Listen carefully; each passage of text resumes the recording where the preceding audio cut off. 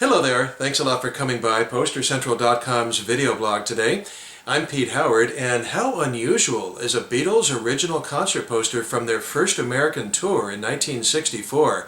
The answer is extremely unusual because everything sold out in an instant after those magical Ed Sullivan Show appearances, right? So here you've got one from Philadelphia. That's just really quite the oddball and quite great to have. Quite fun, amazing that they made this at all. Now it's very sparse on details, as you can see, such as ticket information, but it's very long on originality and charm. I just love the thing. Look at that, with the cartoon faces and everything. Convention Hall, Philadelphia, with the date and the time. Boy, I'll tell you. So this is quite simply the earliest U.S. Beatles concert poster ever made. For them as a group, for them only, with only them on the poster, because 3 to 4 days earlier on the '64 tour, Forest Hills in New York made a marquee style concert poster that had like Harry Belafonte and Barbra Streisand and so forth. Had about 10 artists, and the Beatles were just one of those mentioned, and nobody had any pictures of anybody. So, you know, if you call that an American Beatles concert poster, which it certainly could be, sure. But that makes this one, 3 or 4 days later, the only one that's dedicated strictly to the Beatles. And so since they had 3 tours, this is the first one to ever exist, really. Beatles in Philadelphia, here they are on that '64 tour. They had 10 concerts behind them and 15 to go after this. And so what happens? The Convention Hall in Philadelphia comes up with this poster.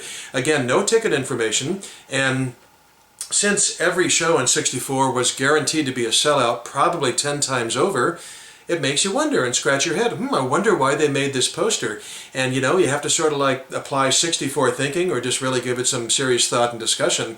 It's quite possibly a vanity poster for the promoter, right? To be able to just put around town. I don't know why they would leave their name off the poster though, but you know, to put around town and just make sure, you know, just civic pride and big enthusiasm for the Beatles. Who knows, maybe even their daughter or something was a big fan and they, you know, they produced this. It's just really hard to say. There is interestingly the fact that under a convention hall, the fact that it says Philadelphia, we can draw a couple of clues from that too. I like to be a poster sleuth and quite often forced to be so. So it's less likely it was made for the window box of the venue, right? I mean, you're not going to have Philadelphia on there if it's right there saying the Beatles are playing here, coming up on this date. That makes it more likely that it was made for the outlying areas, the greater Philadelphia area, and even further out, sort of drawing them into Philadelphia. And I actually have a theory that I developed. It's pure speculation, but as mentioned before, the Beatles were playing 3 to 4 days earlier, 2 hours away in Forest Hills, New York, before this show, right, in Queens. And there was 2 shows on that date. And then 2 days earlier, even closer to this, the Beatles were playing only 1 hour away in Atlantic City, New Jersey. That's 50,000 tickets between those 3 shows. And it's quite possible, this being the Beatles' first time over here, the Philadelphia promoter got a little bit nervous and wanted to make sure that fans in Philly didn't just like flee to Atlantic City or Queens to see the Fabs. So he might have posted these around Philly to make sure they knew the date was on the schedule, on the tour, and maybe even put them up between Philadelphia and those 2 cities, right? That'd be good marketing. Places like Cherry Hill, New Jersey and Trenton, New Jersey. So the people that are halfway between might be drawn to the Philadelphia date. Again, the promoter probably didn't know he could sell out 10 times over, but you know, everything was just new, and the learning curve was very sharp back then. So anyway, thank you for indulging me in my pure guesswork, but that's just a theory that I have, you know. So how fun are these four Beatle faces on here? Look at those. How fun are those? I'll tell you. Left to right, we got George, Paul, John, and Ringo. I would never do that to you with a photograph. I'm just doing it because they're cartoons. I would peg them at about 80 to 90% accurate, or, you know, the recognizability factor. You know, I think Paul is the strongest, you know, second from left. And I don't know the origin of these cartoon figures or faces. I don't know if they came out of England or if they were done in America, but I do know one thing for sure. Topps Chewing Gum used them in '64 for the Beatles' bubblegum cards, the color card series. And as a matter of fact, they were right there on the wax wrapper as you can see, the exact same cartoon faces on the wax wrapper of the bubblegum cards for a nickel a pack, you know, at your local grocery store. And they even adorned the back of every single card in that series. Beatle color cards. This is card number 8. Every single card had those 4 heads on top of each other. So they were really well traveled. In fact, even the countertop box that held the wax packs, as you can see, had those figures all over it. So they were well used, but I assume this promoter just copped them from, hopefully with permission, from the the Topps chewing gum manufacturing company or something. But maybe Topps licensed them from somebody else. Maybe NEMS Enterprises drew them up or something. I'm just not sure. But so we've got as I said from the very outset, an unconventional concert poster because there's no opening acts listed, whereas lots of Beatle concert posters have.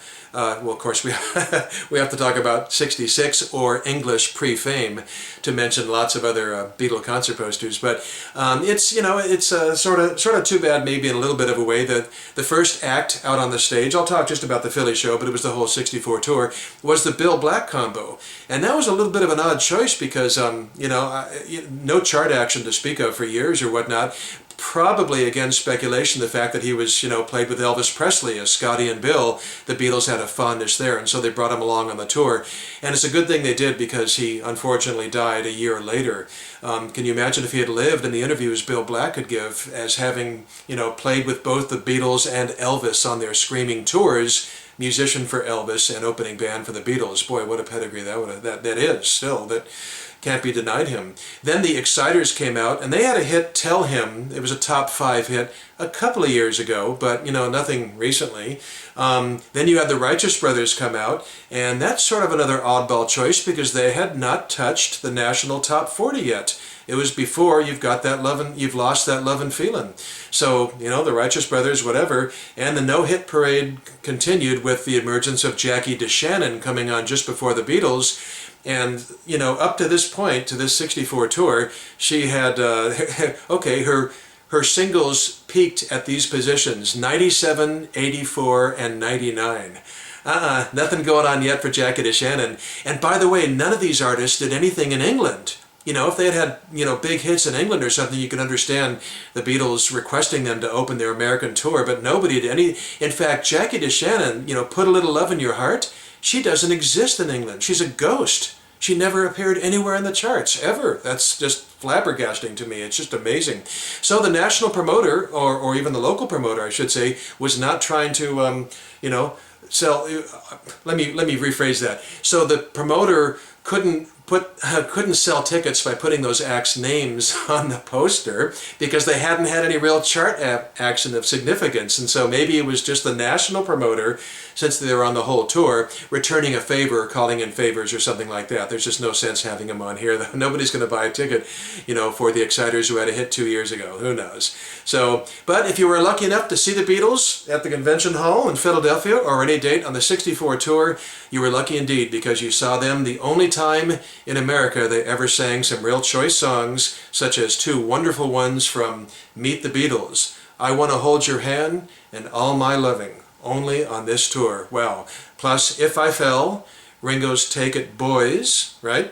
And Roll Over Beethoven, George's take, and the classic to me, She Loves You. They would only do it on this tour. If you didn't catch it, you'd never see them do those songs. So it's nice to have one poster from the 64 tour. Thank goodness for this one, whatever the reason was. I'm glad the local promoter came up with it because we've got this souvenir now, if you can find one. Everything's hard to find. So, thanks for stopping by, Beatle fans and others. Hope you enjoyed the presentation, and we'll catch you for the next one soon. Okay, take care. Bye-bye.